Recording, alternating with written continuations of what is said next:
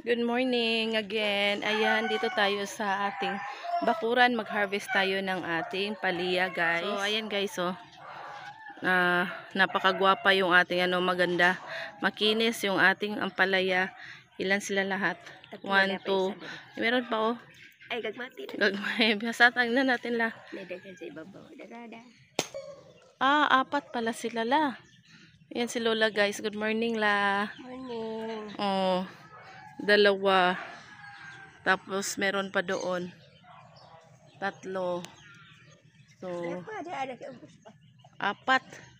4 pala lahat. Ayan.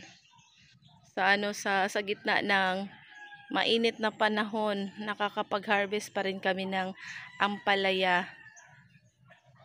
Masarap ito pag kinilaw. Yan si Lola. Si Lola yung pa-harvestin natin.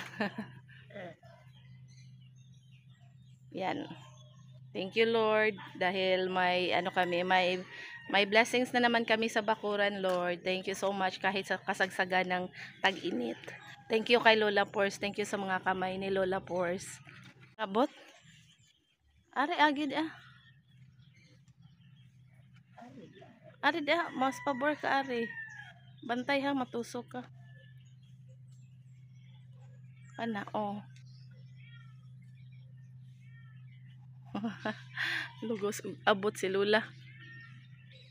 Okay. So, 4 yung na-harvest natin ngayong umaga. Gagmay pa man to la. Pwede pa to padakot. Nagsinaw na da ito. O, di pa mapulingan na ra. Okay na ni oy. Usa na ni kakuan. Usa na ni ka lutuan. Ayos na ito, guys. So, pag may tinanim, may aanihin talaga. Oy, Bluey! Good morning, Bluey! Bluey! Yan yung ating mga new, guys. Oh. Good morning! Shh! Ay, ay, ay! Mukuan mo ni si Bluey ba? Ninghag siya ni mo lang ning. Ay! Mama! Ay, ikaw jud Bluey ha. So, ayan guys, fresh yung pamahaw natin. Mamaya, luto tayo nito kamatis, tsaka itlog lang yung katapat nito. Nagawa ng gulay si Lola. Yung kangkong niya, konti lang yung na-harvest niya kasi ngayon. Konti lang din yung nasa paso lang kasi yun, tinatanim ni Lola yung kanyang kangkong. Kaya, ayun, medyo konti lang yung maluluto nating yung gulay mamaya. Pero at least yung paso na tinatam na ni Lola yan, nakakapag-ani, mataba. Ito, binili ito kanina, yung kamatis, tsaka itong okra. Ito yung binili ni Lola kanina. Yan lang yung yung kangkong sa paso, yan galing doon sa harap ng bahay. So, magulay si Lola mamaya ng utan Bisaya. Bisaya. Lauoy. Lauoy. Morning lang. So, ayan guys, meron pang isa pala dito, oh. Hindi namin nakita. Ayan, nasa puno talaga siya. Kaya hindi namin nakita ni Lola. Oh, ikuan lang be, ikaw kuha. Ay sa. Kamao ka lagi lang. Ay, Ay, hinaya dili laro ta kay si Lola na. Nasa ilalim, nasa puno talaga siya tumubo.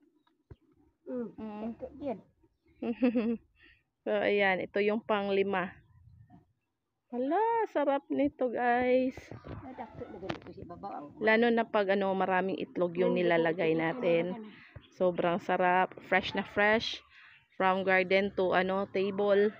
Yung ating ulam ngayon. Salamat ng marami kay Lola Pors.